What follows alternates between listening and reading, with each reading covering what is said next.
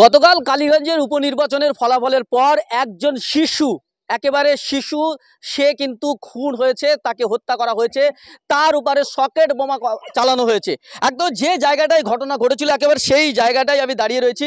একেবারে দেখতে পাচ্ছেন ত্রিপল দিয়ে সেই জায়গাটা, সেই স্পটটাকে পুলিশ কিন্তু একেবারে চিহ্নিতকরণ করে রেখেছে।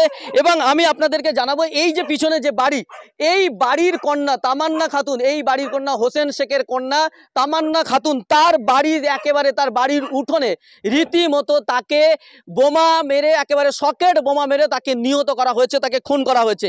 এবং এই অভিযোগ পরিবারের লোকজন আসছে যে আমরা শুনছিলাম বা তৃণমূল কংগ্রেসের পক্ষ থেকে দাবি করা হয়েছে নাকি মিছিল থেকে কেউ বোমা ছুড়েছে, কিন্তু এই যে বাড়ির উঠোনে কেউ মিছিল করে নাকি, আপনাদেরকে দেখাবো একেবারে পুরো রাস্তাটা।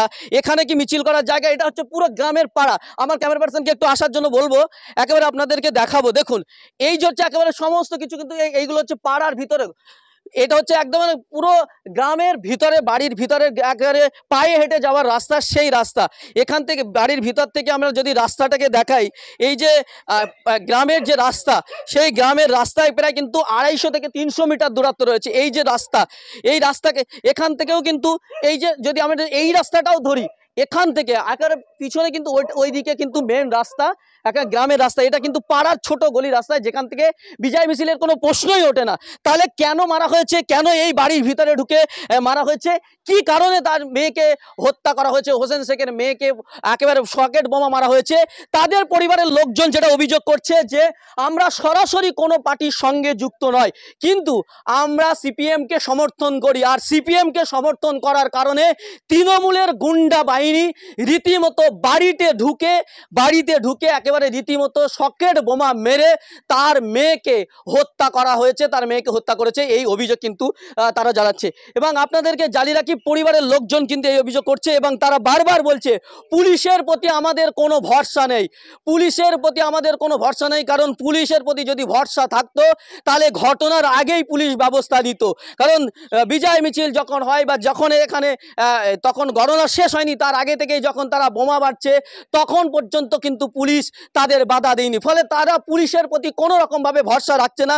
পরিবারের লোকজন বলছে আমরা তার উপযুক্ত শাস্তি চাই, ফাঁসি চাই, যারা এই ঘটনার সঙ্গে যুক্ত তাদের অবিলম্বে ফাঁসি দিতে হবে।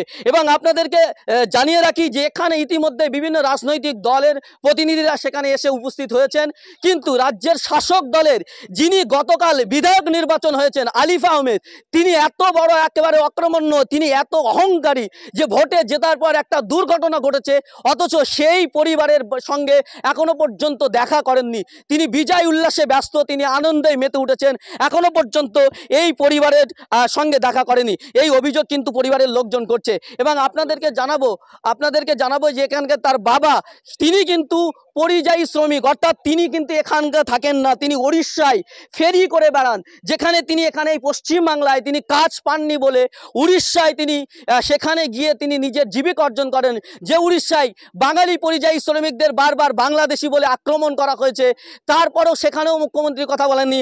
আজকে তার মেয়ে এই বাংলায় তিনি সুরক্ষিত পাননি এবং তিনি ফেরি করতে গিয়ে সেখানেও কিন্তু সুরক্ষা পান না। ফলে এই পরিস্থিতি, সেই পরিযায়ী শ্রমিক যিনি বাংলায় কাজ পাননি বলে উড়িষ্যায় গিয়ে ফেরি করে নিজের পরিবারকে দুবেলা দুমুঠো খাওয়ানোর জন্য যে ব্যবস্থা করছিলেন, সেই তার পরিবারের একমাত্র কন্যা সন্তান তামান্না খাতুনকে রীতিমতো শুধুমাত্র বিরোধী দলকে ভোট বা সমর্থন করার জন্য, তারা সরাসরি কোনো পার্টিতে যুক্ত নয়, তার পরিবার জানাচ্ছে আমরা সিপিএমকে পছন্দ করি, তাদের সেই জন্যই কিন্তু তৃণমূলের গুন্ডা বাহিনী লোকজন এসে একেবারে রীতিমতো এই বাড়িতে ঢুকে, যে জায়গাটায় দাঁড়িয়ে রয়েছে এখন এই যে স্পট, এই বাড়িতে ঢুকে, বাড়ির উঠোনে ঢুকে রীতিমতো সকেট বোমা মেরে তাকে হত্যা করা হয়েছে, তাকে খুন করা হয়েছে। কি বলছেন পরিবারের লোকজন, তার বাবা, তার কাকা এবং তার বাড়ির পরিবারের লোকজন কি বলছেন শোনাবো আপনাদের। একমাত্র ওরাই এই দেশটাকে চালাইছে, তাহলে দেশে কিচ্ছু নাই।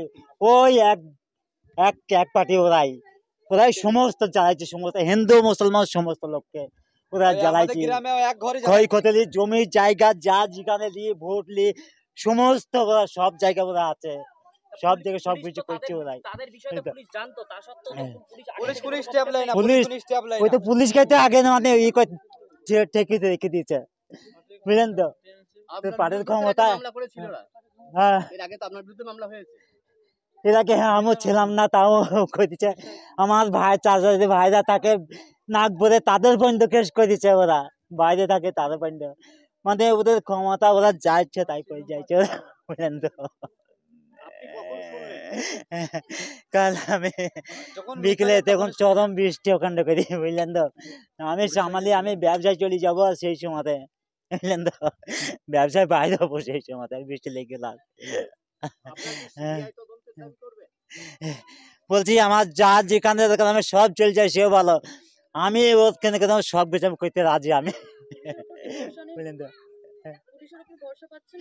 পুলিশের ব্যবস্থা তাহলে এগুলো হবে কি জন্য, এগুলো এখানে কিছুই হলো না এখনো তাদের, এত বড় জিনিস এত ভালো আমার মেয়ে, এত শিক্ষিত মেয়ে কিছু করলো না। বলছি আমি বেরিয়ে যাবো, আমাকে চেনেন না আপনারা, আমি বিজেপির জেলা সভাপতি, যদি কোনো হেল্প লাগে, আমি রাজনীতি করতে কেন আসেনি। অবশ্যই এই যে হিন্দু মুসলমান আমাদের সাথে এত মেলে এক জায়গায়, উঠা বসা খাওয়া দাওয়া সব কিছু আমাদের সমস্ত এরকম একটা ঝামেলা হয়েছিল আগে, কিন্তু ওদেরকে কেউ দেখতে পাবে না গো। তা আমি বলছি যদি সিবিআই এর কোনো তদন্তে সহযোগিতা লাগে আমি সেটা করব, এবং আপনাদের পরিবারের পাশে থাকার জন্য বার্তা দেওয়ার জন্য এসেছি, যদি কিছু অবশ্যই হয়, সেটা দেখবেন, অবশ্যই করুন সেটাই, আমরা আছি আপনার পাশে। এবং যারা এরকম এই কাজ করেছে, আপনার শিশুকে মার্ডার করছে, তাদের বড় ব্যবস্থা নেন, বড় ব্যবস্থা নেন, এটা কিন্তু করবো আমরা। সেজন্য আপনি আমাদের পাশে থাকবেন, অবশ্যই এবং আমি আপনার তাই পাশেও আমরা থাকবো। থাকবো, অবশ্যই থাকবো। আমি তো আমার তো আর কিছু নাই, ওইটাই সম্বল ছিল আমার, শুনলাম তো একটাই আমার এই বাচ্চাটাই আমার সম্বল বুঝলেন তো। হোসেন শেখ, হোসেন শেখ, আমার মেয়ের নাম তামান্না শেখ। ওকে সমস্ত জায়গায় সবাই ভালোবাসত, স্কুলে বাজারের স্কুলের সমস্ত সবাই ভালোবাসত আমার মেয়েকে। আমার মেয়েটা আপনারা দেখেছেন নিশ্চয়ই, দেখেছি তো, ফুটফুটে বাচ্চা তো সবাই জানে, এত ভয় ছিল, অভৃত মেয়ে আমার। আর এখানে অনেকেই চেনে আমাকে। ঠিক আছে নিয়ে যান, নিয়ে যান। আমি ইমতিয়াজ আহমদ, কলকাতা থেকে এসেছি, আজাদ সমাজ পার্টি থেকে। আপনারা যখন যেখানে ডাকবেন আমরা পাশে আছি। এই ঘটনা আমরা বাংলার মানুষ মেনে নেব না, এত নির্মম অত্যাচার কি করে চলে কেউ মেনে নেব না। দেশ, কি করে চলবে এরকম ভাবে করে না। এই নির্মম অত্যাচার, নির্মম অত্যাচার, এরকম নির্মম হত্যা, মানে টার্গেট করে টার্গেট হত্যা করা হচ্ছে, বিজয় মিছিল এটা নয়, মানা যায় বাড়িতে না। ঢুকে। এবং এই যে বাড়িতে ঢুকে তৃণমূলের হত্যা যে করা গুন্ডা এবং তৃণমূল কর্মী ক্যাডারেরা, এরাই মেরেছে, এবং একেবারে বাড়ি ঢুকে এসে মেরেছে। তৃণমূল ওরাই সন্ত্রাসবাদী। সবই একদম সন্ত্রাস, তার ওরা শাস্তি সব দিতে হয়, তার সন্ত্রাস, ব্যবস্থা। দেশটাকে খেয়ে নিল দেশটা, এই দেশটা চলে যাবে, ওদের জন্য দেশ শেষ হয়ে যাবে। ঠিক আছে, আপনি একটু রেস্ট নিন। না হ্যাঁ, আমি এটা আমার বাবার বাড়ি, এখানে মানে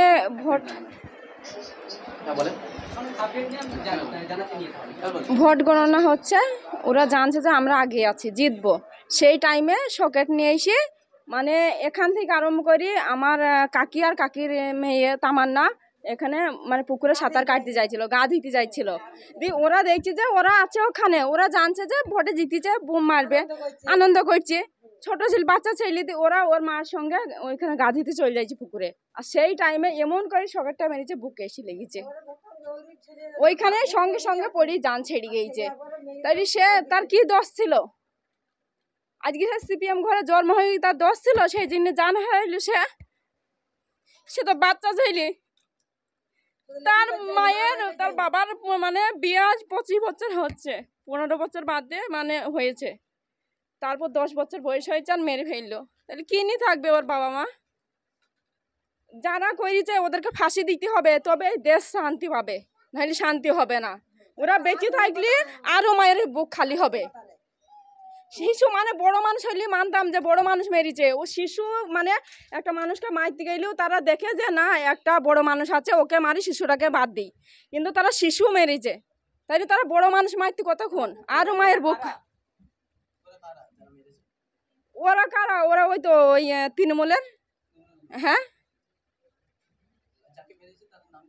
তামান্না খাতুন। কেন মারলো সেইটা প্রশ্নটা তো আমাদের, সেইটা বাচ্চা ও কি করেছিল, কেন মারলো সেই প্রশ্নটা তো আমরা জানতে চাইবো, কি কি করেছিল বাচ্চাটা? ওর সঙ্গে তো কোনো দুশ্মনী নাই কারো।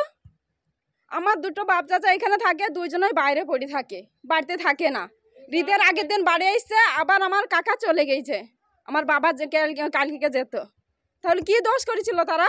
তারা তো থাকে না, তারা তো ভোট চেয়ে বেড়ায় না পাড়ায় পাড়ায়, তারা বাইরে সারা জীবন। তো আজকে আমি না খাইলে আপনি আমাকে চালাবেন না, তাহলে নিজে না খাইলে কেউ চালাবে না, তাহলে কি করেছিল?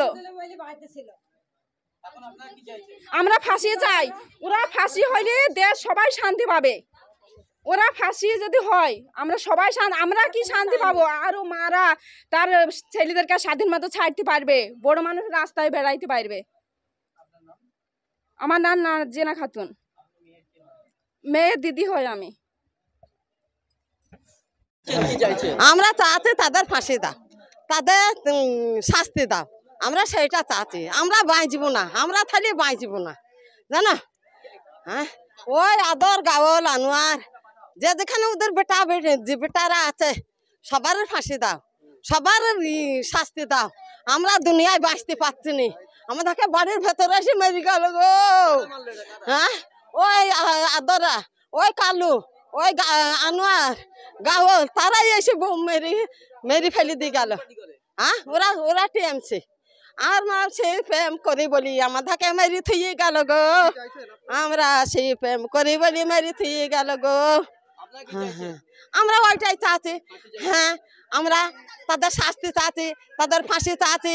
আমাদের কুড়ির ভাড় যেমন মেরি ফেল দিল, আদরের কুড়ি ভাড় একটা আছে, মেরি ফেল দাও তোমরা গো, শাস্তি দাও গো, তোমরা ফাঁসি দাও গো। আমি দাদি গো, হয়েছে আমাদের ওই ধারে মেলা বোম ফেলেছে, এটা কোনো বুঝতে পারেনি। এই ভেতরে আছে বুঝতে পারেনি যে ওরা বোম ফেলছে, তাহলে আর গা ধুতে যায় না। এই থেকে ওইটা নামতলা পর্যন্ত গেছে, ছুটে সব চলে আসছে। আর তখন সেই বোমটা ছেলেকাই মেরেছে বুকে। হ্যাঁ,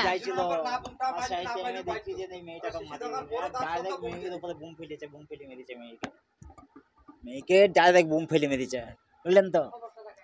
হ্যাঁ, যে এইভাবে মারি দেবো, এই সংটা আমি শেষ করে দেবো মেরি, বুঝলেন তো? এরকম টার্গেট।